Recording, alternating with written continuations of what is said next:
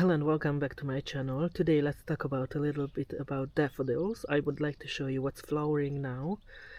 So this first one is a small daffodil. It's called Narcissus pumilus, and it's a species.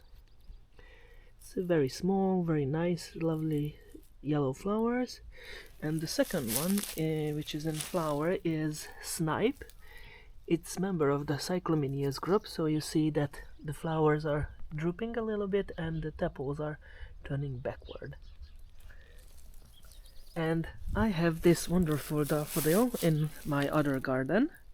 It's called Rataplan, and you can see that the corona is a little bit split and the tepals are curving back.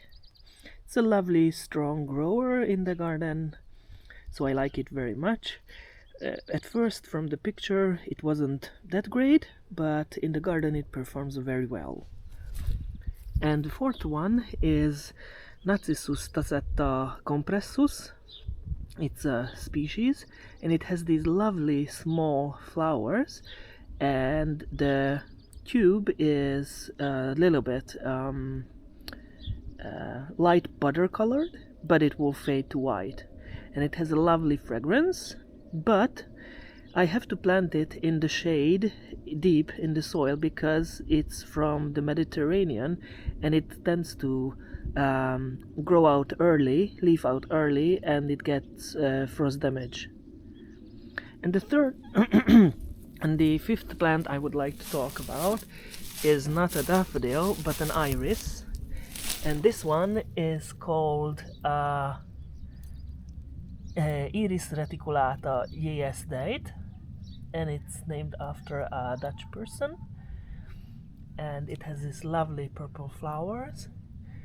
And usually when I have more than 10 plants, they get pollinated and set seed, but I never grew one out from seed.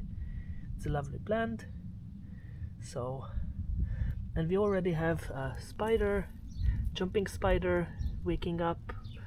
You might not be able to see it on this camera, but life is waking up. So thank you for your attention. See you next time. Goodbye.